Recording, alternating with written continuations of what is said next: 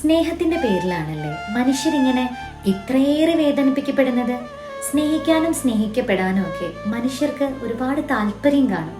പക്ഷെ സ്നേഹം നഷ്ടപ്പെട്ടു പോകുമോ എന്നുള്ള ഭയത്തിന്റെ പേരില്, സ്നേഹിക്കപ്പെടണം എന്നുള്ള അതിയായ ആഗ്രഹത്തിന്റെ പേരില് പലരും പലതും കണ്ടിട്ടും കണ്ടില്ലെന്ന് നടിക്കാറുണ്ട്, കേട്ടിട്ടും കേട്ടില്ല എന്ന് ധരിക്കാറുണ്ട്. നിറമുള്ള സ്വപ്നങ്ങൾ ഉണ്ടായിട്ടും സ്നേഹം നഷ്ടപ്പെട്ടു പോകുമെന്ന് കരുതി അതെല്ലാം മനസ്സിന്റെ കോണില് ഒതുക്കി വെക്കുന്ന അല്ലെങ്കിൽ കുഴിച്ചു മൂടുന്ന പല മനുഷ്യരെയും കാണാറുണ്ട്. പലതവണ ചതിക്കപ്പെട്ടിട്ടും വഞ്ചിക്കപ്പെട്ടിട്ടും ഇതെല്ലാം സഹിച്ചും ക്ഷമിച്ചും പൊരുത്തപ്പെട്ടും ജീവിക്കേണ്ടി വരുന്ന നിസ്സഹായകരായ ചില മനുഷ്യരെയും കാണാറുണ്ട്.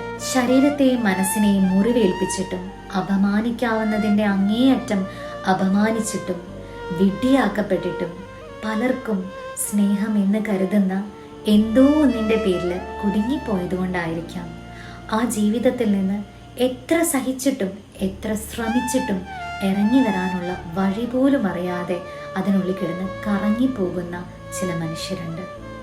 ശരിയാണ്, നിങ്ങൾക്ക് അവരോട് തോന്നുന്നത് സ്വയം ഇല്ലാതാകുന്ന ഭ്രാന്തമായ സ്നേഹമായിരിക്കാം. പക്ഷെ അവർക്ക് നിങ്ങളോടുള്ളത് സ്നേഹമാണ് എന്ന് മാത്രം പറയരുത്. അവർക്ക് നിങ്ങളോടുള്ളത് സ്നേഹമെന്ന് നിങ്ങളെ തെറ്റിദ്ധരിപ്പിച്ച മറ്റെന്തോ ആണ്.